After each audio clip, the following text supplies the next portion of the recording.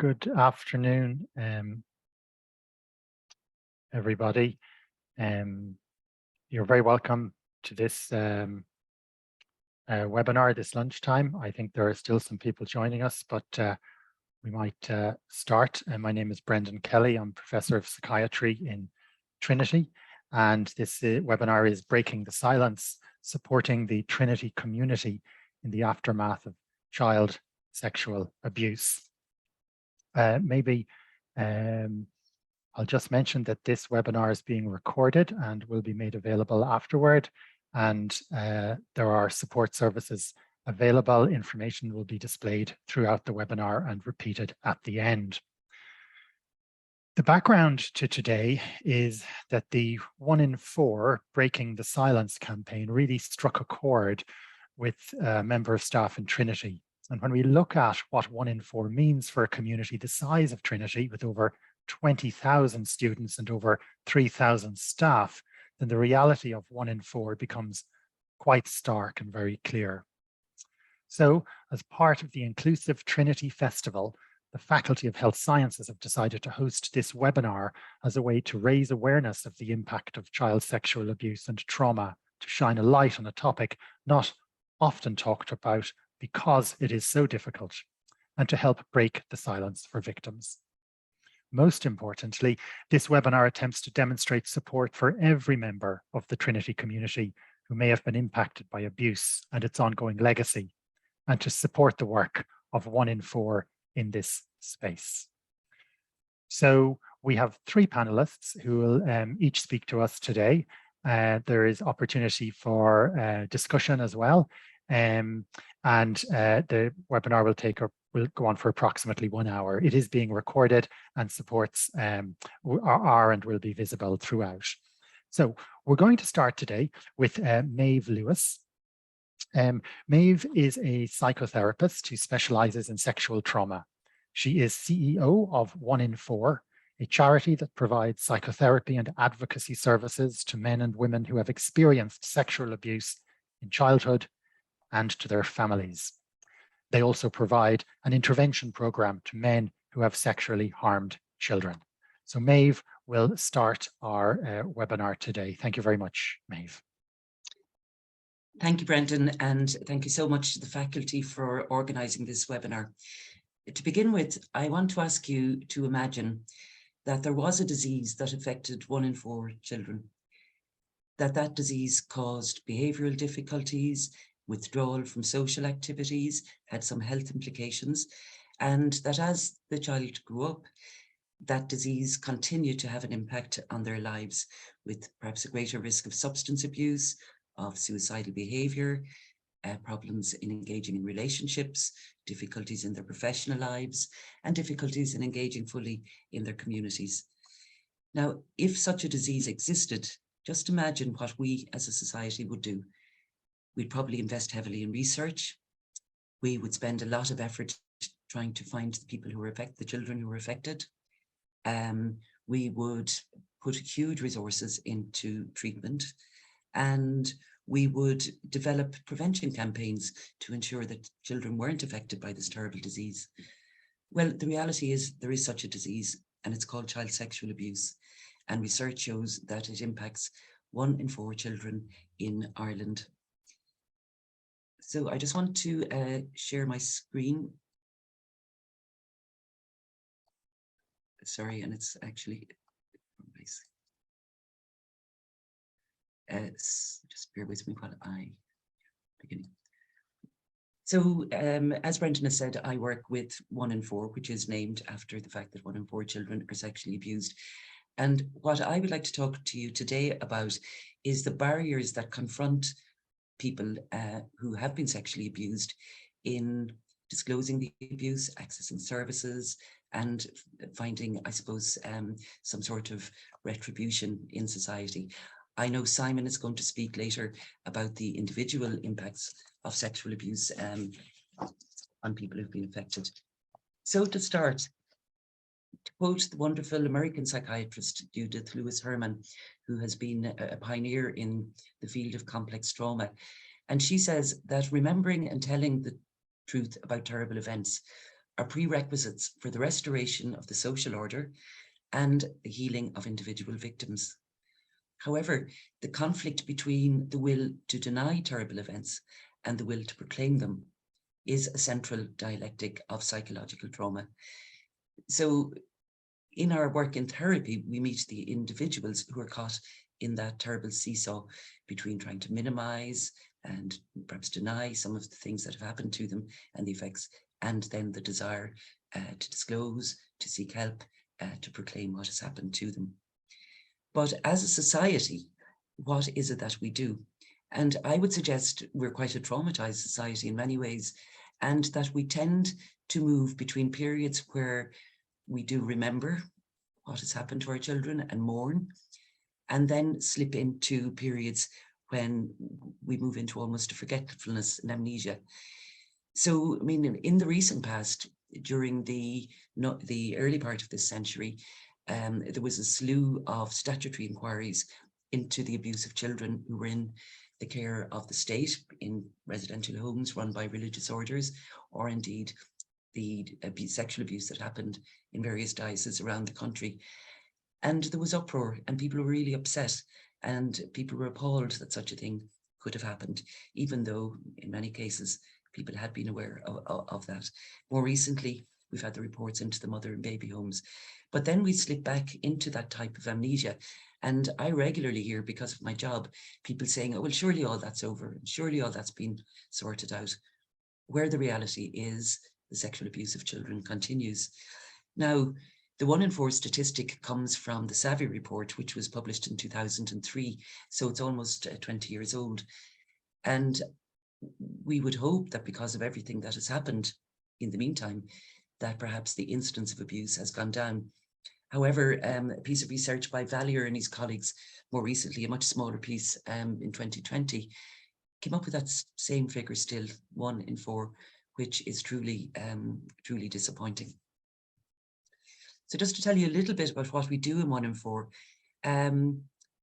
everybody who comes to us are adults, men and women. About 40% of our clients are men, which I think sometimes surprises people, who have been sexually abused in childhood. So we offer psychotherapy in individual and group settings. Our advocacy team support the clients to engage with the statutory services that they often have to be involved with, for example, the child protection services, and more commonly, perhaps the criminal justice system. We also run a sex offender program because we believe if we don't work with the sex offenders, then the cycle of abuse will continue indefinitely. And that can be very challenging work indeed. And if the abuse has happened in the family, and that's the case for about 50% of our clients, that disclosure is just like a bomb going off in the family system. People are very torn, some wanting to support the victim, others feeling, I suppose, very pulled in that they actually don't believe that their loved one could have behaved in such a terrible way. So they need a lot of support and education. And then a lot of people who are sexually abused never want to speak publicly about what has happened. The shame is so great still. So we would see part of our work as giving voice to what we learn from our clients, and to become engaged in policy work and in influencing the, I suppose, decisions that are being made at by government departments and public bodies relating to how people are treated when they engage with all the various systems. So each year we work with about 800 clients, and sadly, for our psychotherapy program and indeed our sex offender program, we have long waiting lists. So I can't remember who this quote came from. It was a psychotherapist, but the quotation is, whenever a child is sexually abused, somebody's eyes are closed. And I believe from what we learn from our clients and from the sex offenders we work with, that is true. Somebody is not paying attention. Somebody is not noticing the often very clear signals that something is amiss. Somebody doesn't have the, I don't know, capacity or willingness to, I suppose, explore with the child what is going on. Because at its base, sexual abuse, sexual abuse of a child is an enormous breach of attachment. And if that attachment is breached, that has all sorts of implications later on, which I'm sure Simon will talk about. But it is just not possible for children to be sexually abused and somebody not to know something, and somebody being afraid to act for various reasons that I'll speak about in a minute. And that is why, I suppose, if there's a breach of attachment, at the core then is a huge lack of trust, that the child learns that relationships are dangerous and finds it very, very difficult to form intimate, trusting relationships, which is where the real healing power, I suppose, of the therapeutic relationship comes in. So why don't people tell? Most of our clients, as I say, are adults, they're over 18. And when they come to us, it is often the very first time they have told of their experience. So most children will not tell until they feel safe. And for many children growing up, especially in a family where sexual abuse is happening, there is no safety. They have to learn to live in a situation where everything is unpredictable, where the adults surrounding them are untrustworthy, where there is no place, in a sense, to go. And that's where the power of the bystander comes in, because it is often somebody like a teacher or an aunt or a sports coach or somebody of that nature who will notice that something is wrong and will support the child in making a disclosure. And obviously, the earlier the intervention can happen, the less damage that's going to be caused. But as the child grows up, what stops them reporting? Shame is a huge thing. And again, Simon has done an enormous amount of research on shame. But when a child has been sexually abused, very often the offender, the abuser, has such distorted thinking that they're projecting into the child that it is something about them, something about the child that is provoking the sexual abuse. And that becomes internalized as a core sense of shame in who I am. And of course, that has huge implications. And with that comes the self-blame. What is it about me that causes this to happen?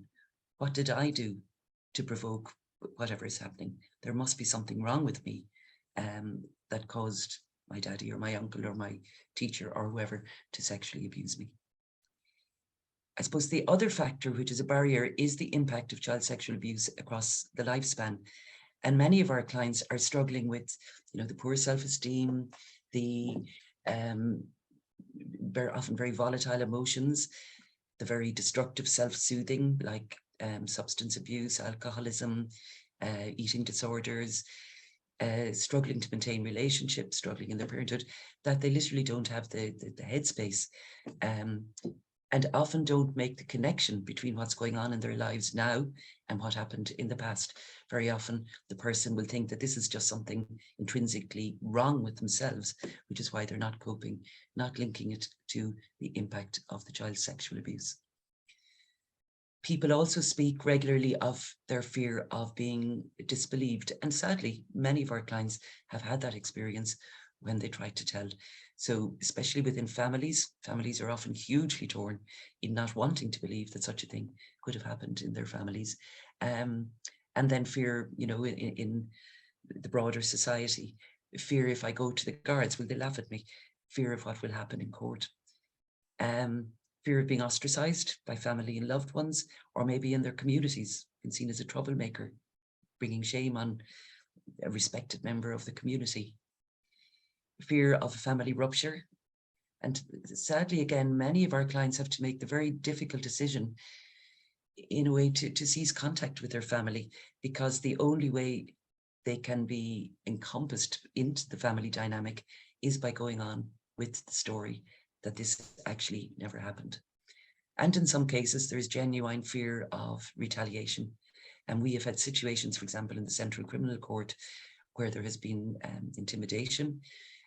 One of our clients was actually physically attacked by family members outside the courts recently.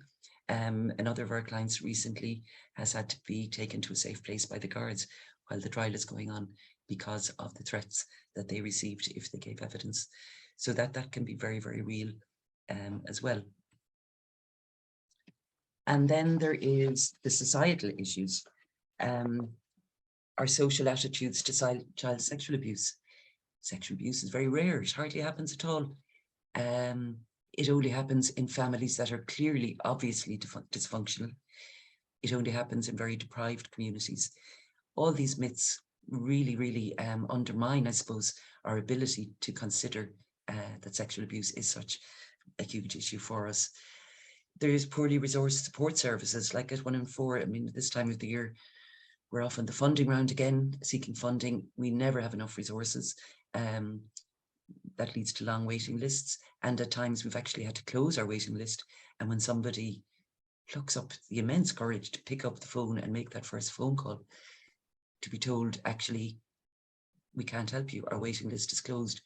And furthermore, we have nowhere to refer you to, because all the rape crisis centres and the National Counselling Services also have very long waiting lists. The criminal justice system can be incredibly daunting for our clients. So our advocacy team will meet somebody and we'll talk through what is actually involved, so somebody can make an informed decision as to whether they want to go down that route. And I'm happy to say things have changed, and increasingly more of our clients are choosing to go down that route. But going into a Garda station and making a statement, having to recount in great detail what has happened maybe many years before. We know that traumatic memory is often not linear, so sometimes it's very difficult for a survivor to give a clear narrative account of what happened. And I mean, who in their 20s or 30s can remember what date it was in August 30 years ago that this event happened? All things which are crucial when it comes to the criminal justice system. The DPP has, each DPP in their turn have said that in 99% of the cases that go to them for a decision to prosecute, that they believe what has happened. But about half the cases, they make a decision not to go to trial, not because they don't believe the survivor, but because there simply isn't enough evidence to have a reasonable expectation of a conviction. But of course, for our clients, that decision can be devastating because they hear that as, you're not telling the truth. And then I could speak about the courts and the trial system all day, but you know, we have a very adversarial trial system, and our clients describe the cross-examination they must go through, where really the purpose of the defence barrister is to undermine the credibility of the victim as demeaning, re-traumatizing, utterly devastating. So again, it's really important that our staff are there to support people through that. Likewise, the child protection system, I won't say very much about that, but we are mandated professionals, so we must notify TUSLA about all the allegations we receive if we have the sort of information to do so. And TUSLA really struggle with retrospective allegations, and there are all sorts of difficulties there, but I shall say no more about that. And then there is the media and the way in which sexual abuse is portrayed, which is unhelpful for everybody. This idea of, you know, the beast of what escapes again, the monstrous behavior and so on. By demonizing sex offenders, we can absolutely abhor what they have done, but they are human beings. But all we're doing really is driving them underground where they're at greatest risk of reporting. And of course, our clients too are often terrified that if I go to the guards and if it goes to court, will I have to give an interview outside the Central Criminal Court on 6-1 News or whatever? And of course, the reality is in law, victims are protected, their anonymity is protected unless they decide to reveal who they are. So finally, I mean, it can seem a very dismal prospect, but an awful lot has changed. I mean, if we look at the church, they now have a National Safeguarding Office where there are real, I suppose, reviews of dioceses and religious orders in terms of their child protection policies. And people like the retired Archbishop of Dublin, Dermot Martin, was an absolute champion for survivors of sexual abuse. It made huge changes in the Dublin Archdiocese, which is one of the largest Catholic dioceses in the world. Since 2014, we have a Child and Family Agency, TUSLA, which was hived off from the HSE, who had been responsible for child protection and welfare, and where there were enormous problems. Now, TUSLA come in for a lot of bad press and a lot of challenges from people like myself included. But the reality is they are working very hard with, again, our under-resourced, lack of social workers and so on. So very often that criticism is not entirely justified. Again, since about 2013, we have a minister, a full minister for children, a cabinet level minister, currently Roderick O'Gorman. And we've had some extraordinarily good people in that position who have made real differences to how we look at child protection. We had the children's referendum, which placed the I suppose the rights of children right at the centre of all processes in which they're involved in 2013. But it's kind of interesting in a society where we say that it is very child-friendly society, very family-oriented society. The turnout in that referendum was about 33%, and it passed by about 52%. So I still scratch my head and wonder what was going on there. And then we've had huge legislative change. I won't go through it all, but the Children First Act, which created mandatory reporting in 2015, the Sex Offences Act in 2017, which introduced a whole raft of issues in relation to, unfortunately called child pornography, but child abuse material on the internet, which really strengthened the law in that regard. We have the Victims of Crime Bill, which has really strengthened victims' rights in the criminal justice system, and other things that are forthcoming. The Savvy report in 2003 found 1 in 4 people have been sexually abused. That hasn't been replicated in 20 years. It was supposed to be done every 10 years, but because of the recession, it wasn't. The CSO are now in the final stages of conducting that research, and we're hoping that will be published possibly by midsummer next year. And it is my sincere hope that with all the changes that have been made, and hopefully the increase in public awareness, that our culture has changed and that children will be safer, and that we'll have to rename our organisation from 1 in 4 to hopefully maybe 1 in 6, 1 in 8. I mean, that really would be fantastic. So thank you very much. Thank you very much, Maeve. Thank you for that. We'll move on now to our second speaker, who is Simon McCarthy-Jones. Simon is an associate professor in clinical psychology and neuropsychology in the Department of Psychiatry here at Trinity. His research focus includes the impact of child sexual abuse on both physical and mental health. So Simon, you're very welcome. Thanks, Brendan. Let me turn off. There we go. Okay, are the slides presenting okay, firstly? Yep, great. So firstly, I mean, I'd like to pay tribute to Maeve and 1 in 4, her clinical colleagues, Julie Brown, the work in advocacy done by Deirdre Kenny. They do a remarkable job. I'm so grateful for what they do. So today I'm just going to say a few brief things on the theme of our talk about breaking the silence. And as part of that, I'll talk about both the consequences potentially of suffering from childhood sexual abuse, as well as the factors that might mitigate against the potentially destructive effects of such abuse. So I'm going to start back in 1980, because this is the year that psychiatry recognizes the concept of post-traumatic stress disorder. This has its roots in so-called post-Vietnam syndrome. Anti-war activists were pushing for appropriate mental health care for veterans who are coming back traumatized from Vietnam and often not receiving much support at home. Clinicians working with women who had been raped had for many years been arguing for a category like PTSD, but they didn't have the same influence or power as those who were involved in the military. So unfortunately, nothing had been done.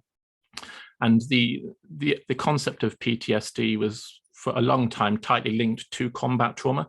But even within Vietnam, it was quite clear that many people were traumatized who weren't the soldiers fighting, very often women and children. And so when we come to a large number of feminist writers and activists, we find people like Judith Herman, who Maeve mentioned, talking about how the most common post-traumatic disorders in society are not those of men in war, but of women in civilian life.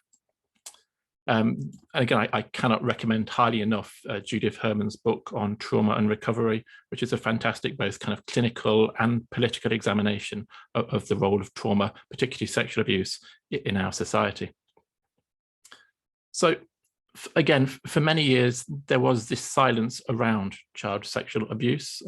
It's perhaps probably one of the best quotes I've seen on this is from Catherine McKinnon. I won't read this out. I'll just pause a moment for you to read Catherine McKinnon's words.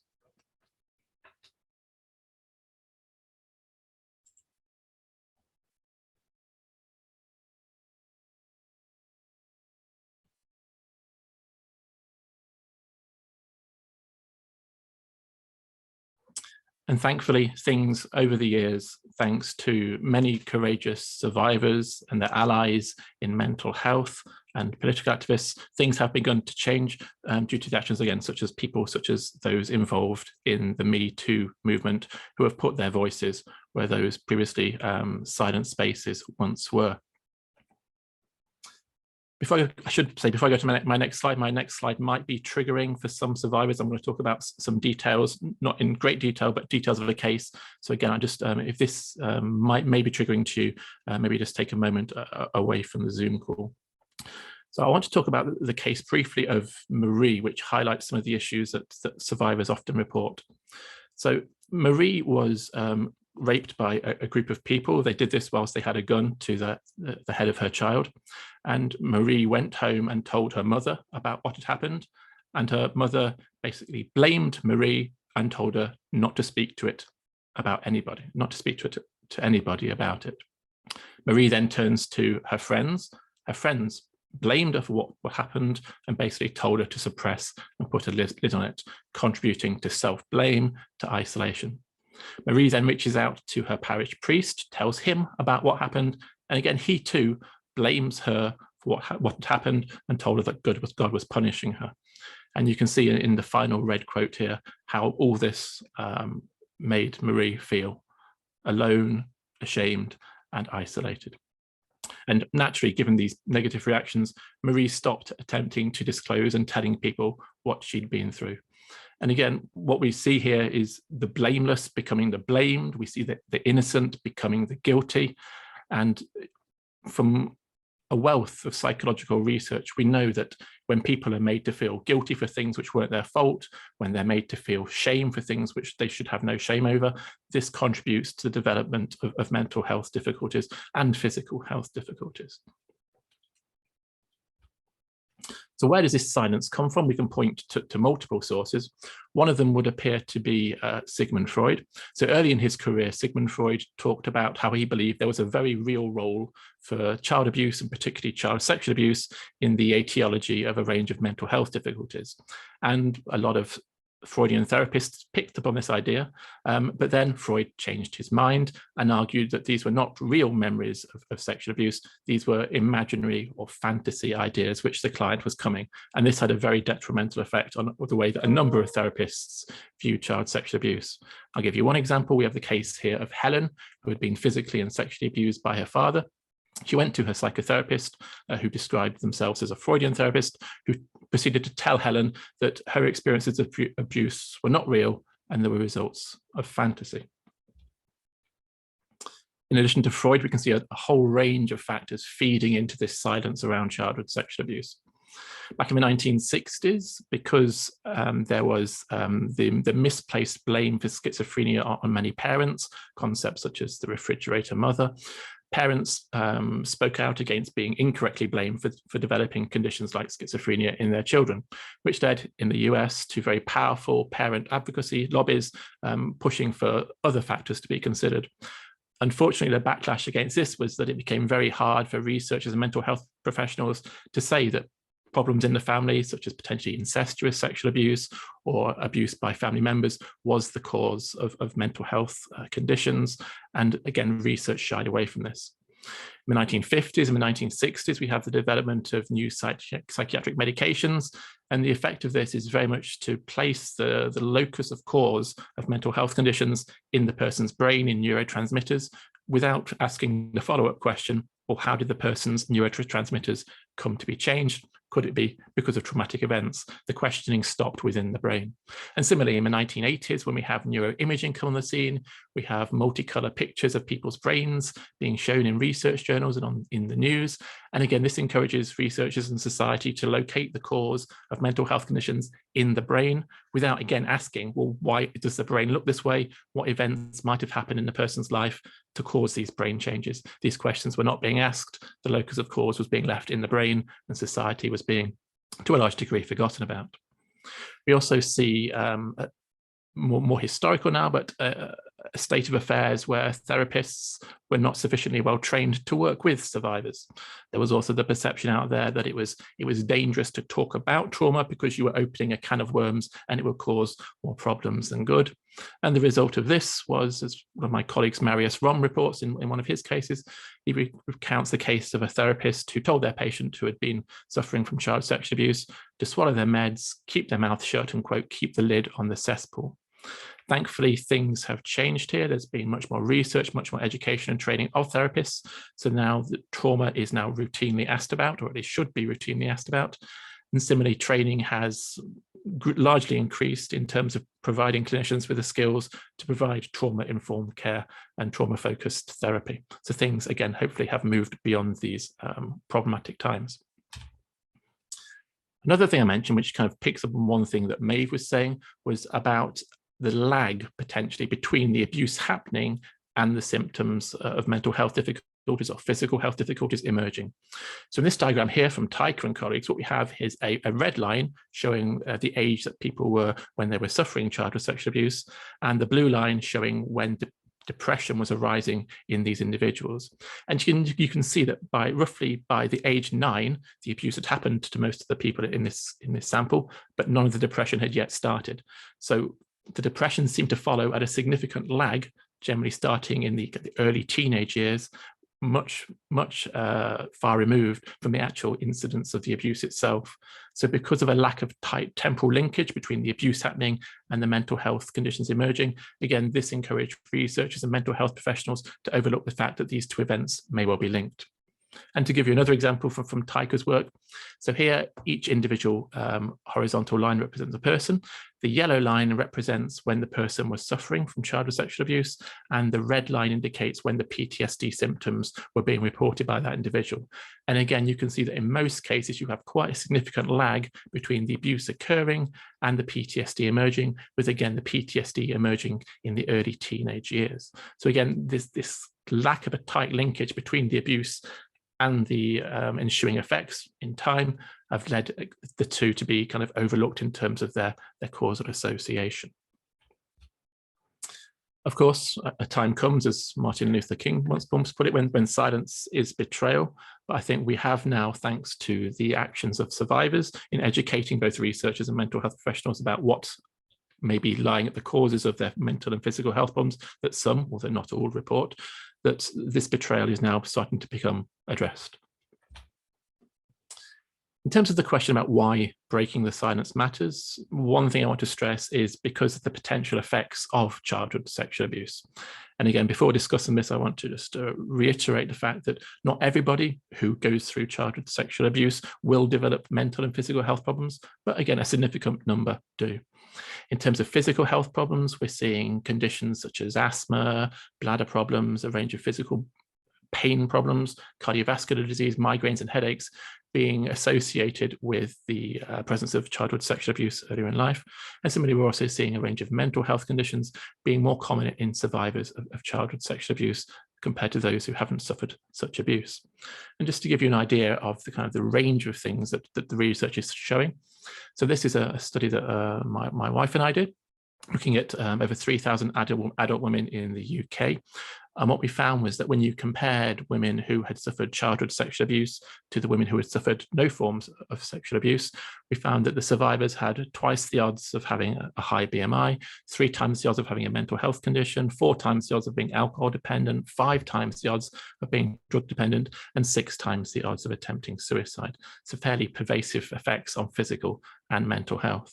And the effects, I think, are quite nicely summarized in this this infographic from Wilson and colleagues, where they talk about the range of potential mental health manifestations, whether it's in terms of the person's behavior, diagnosed conditions, or alterations to the individual's emotional processing, as well as the manifestations within the body, whether it be pain, specific conditions such as IBS, and a range of potentially systemic disorders as well. So although we may talk about the silence surrounding childhood sexual abuse, when we look at its effects are anything but silence. And once we have the eyes to see, we can see the effects of child sexual abuse all around us in our society.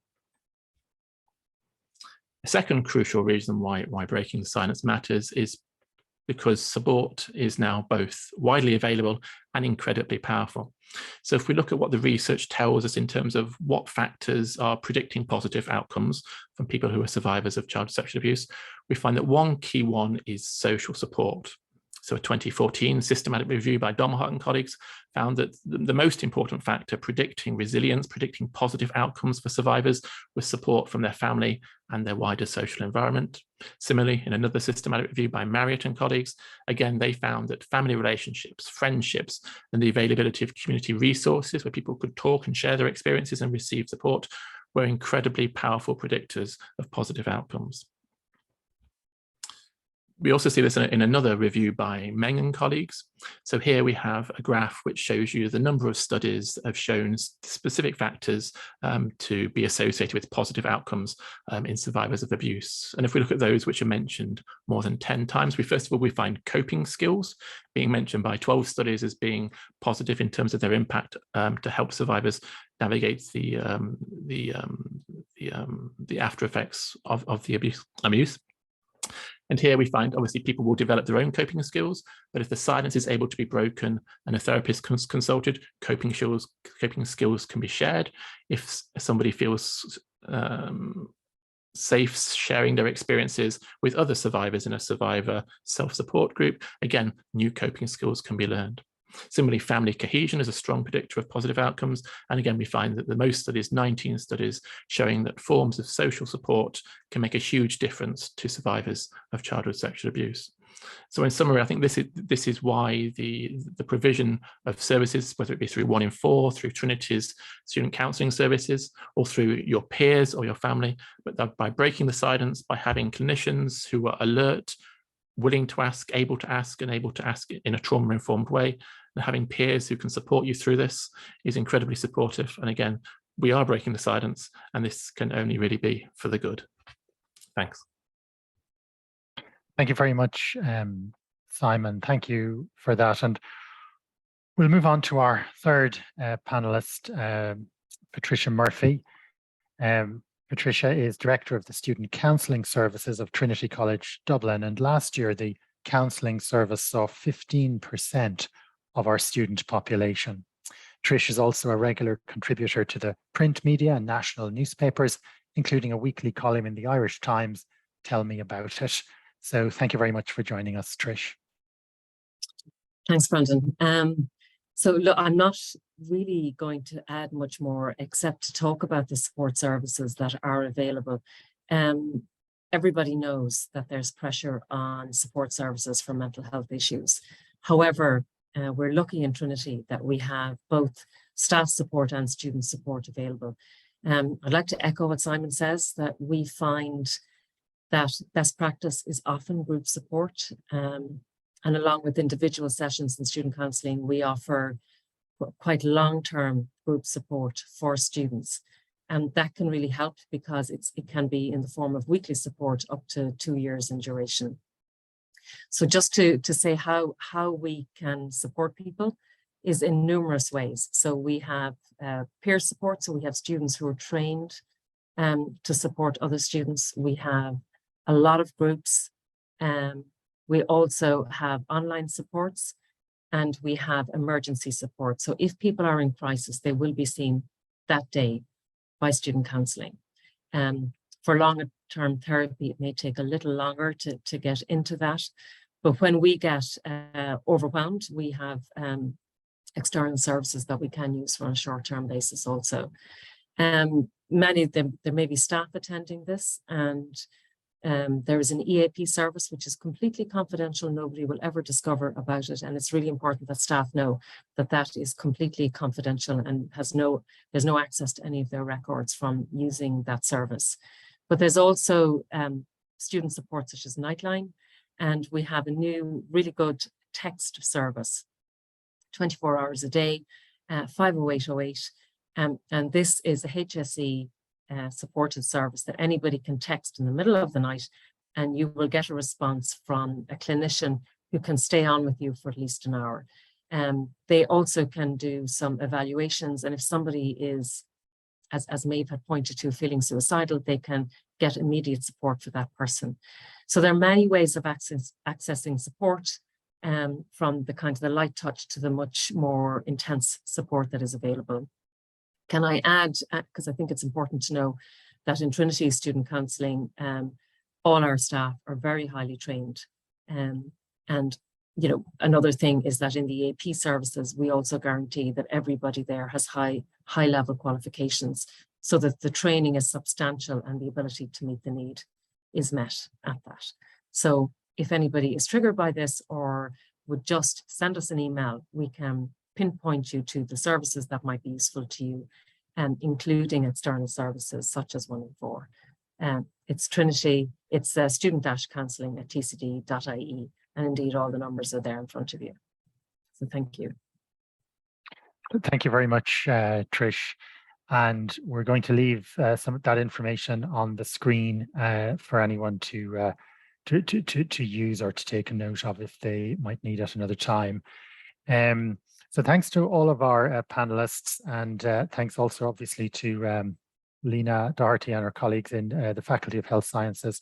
We have a question and answer function here, and maybe we might start by looking at some of the questions there. The first one that I see says, thanks for Maeve Lewis's excellent presentation, and the presentation which this participant is learning lots from. And the question goes on to the concept of parental alienation. Now, I wonder, rather than going through the question in detail, but I wonder, would anyone any of the panelists like to comment on this, the concept of parental alienation, and maybe its emergence or its role, or does any of our three panelists want to come in on that?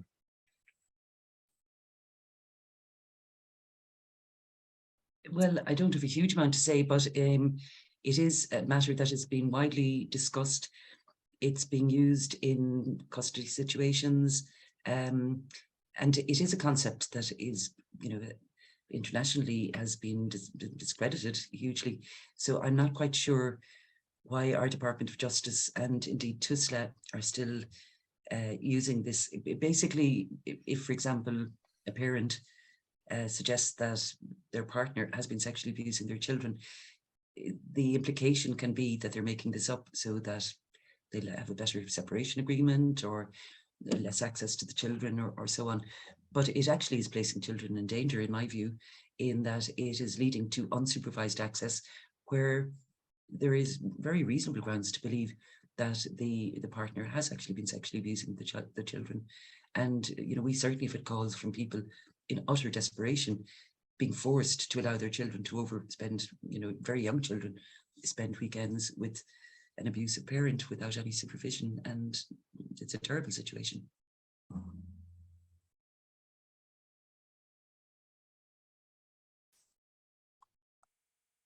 Okay, thank you very much, Maeve, for that.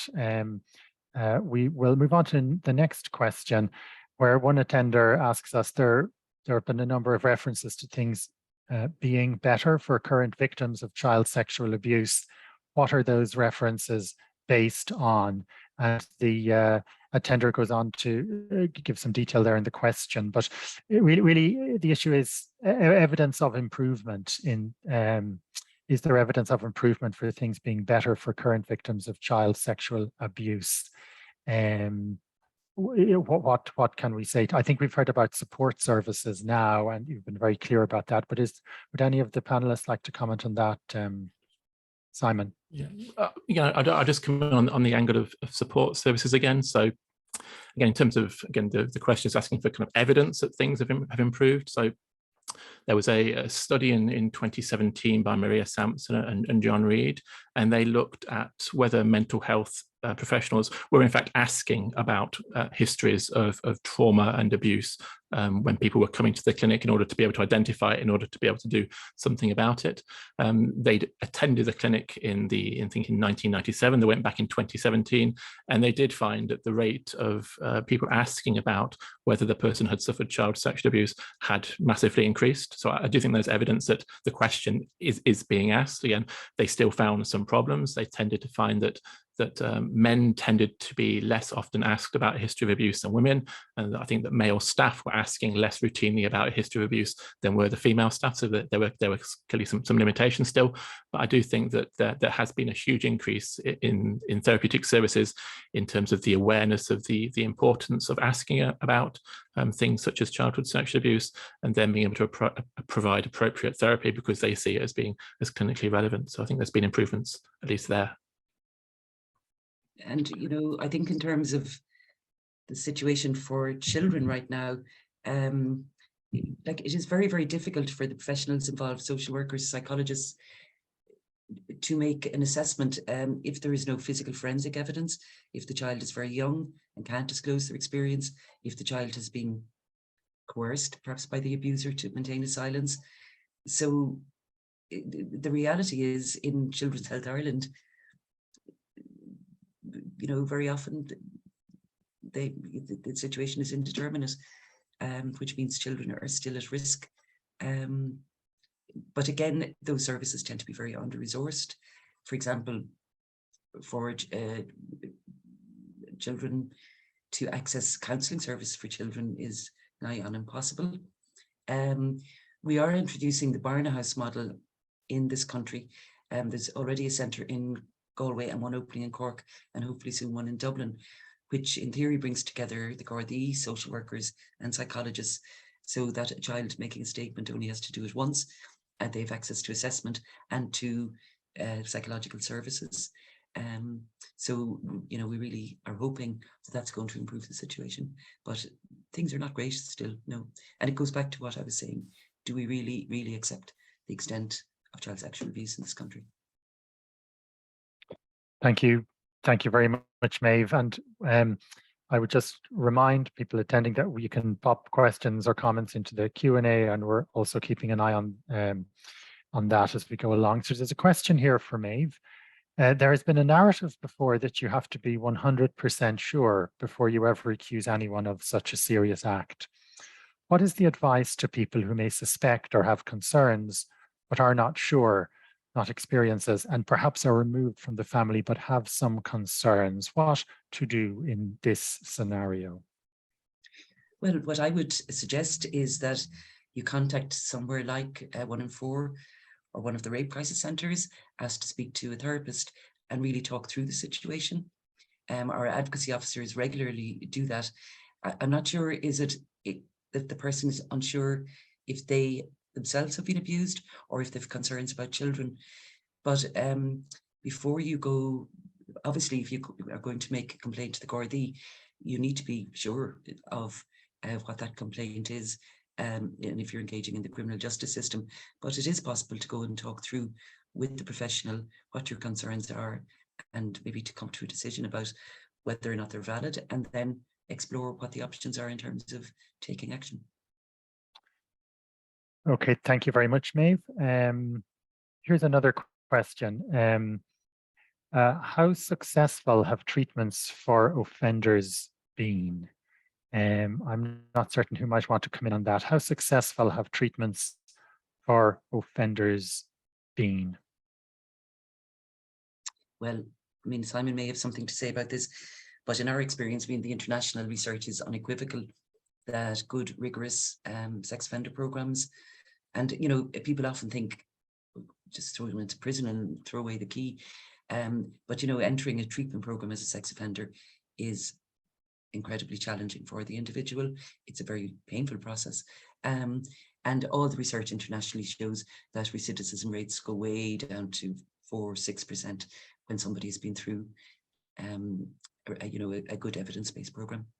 And certainly our experience at 114, insofar as we know, but the recidivism rate is very, very low when people have completed the program. Of course, that is with the caveat that people may have reoffended and we're not aware of that. But in general, we would see the recidivism rate as being almost zero.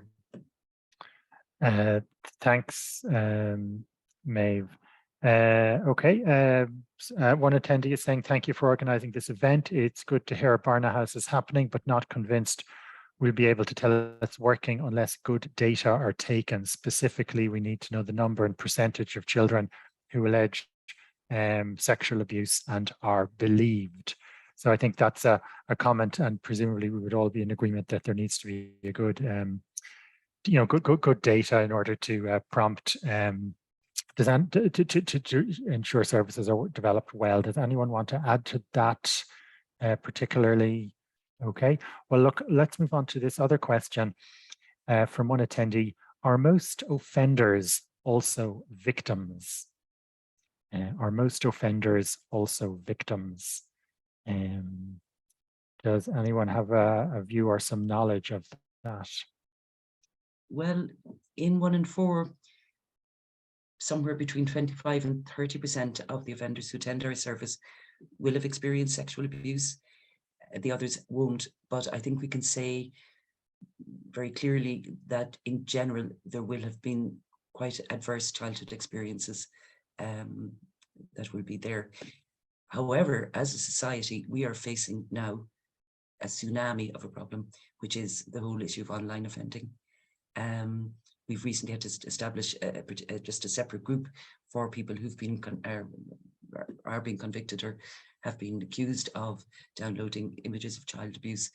And we organized a conference back in May.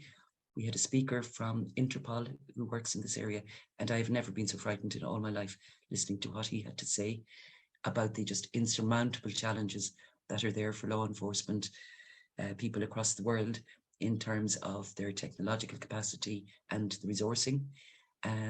We see it here in this country. It can take now 3, 4, 5 years for the Garda Technical Bureau to examine some of the laptops that have been seized and so on. But this is all about money, huge, huge, huge money. And each one of those images is a crime scene. It is a real child being sexually abused, but that abuse may be happening in Thailand or the Philippines or Eastern Europe. So tracking down these people and tackling them, it's easy enough perhaps to catch the people who are downloading, because there's usually a money trail, but the people who are producing these vile videos and images, absolutely vile videos and images, which are accessible on the dark web, is, and we have a number of young offenders, the 18 to 25-year-olds coming into us, and almost out of the face, their offending pathway started by downloading images of child abuse at a very young age, around puberty, and then moving on perhaps to contact offences. So that just kind of illustrates how dangerous the internet, how wonderful the internet is, but how dangerous it can be as well in terms of child protection. So I don't know if anybody else wants to say anything about that. I suppose the only thing to say is that there are people who are worried about their use of internet, and it would be really good for those people to come and ask for help,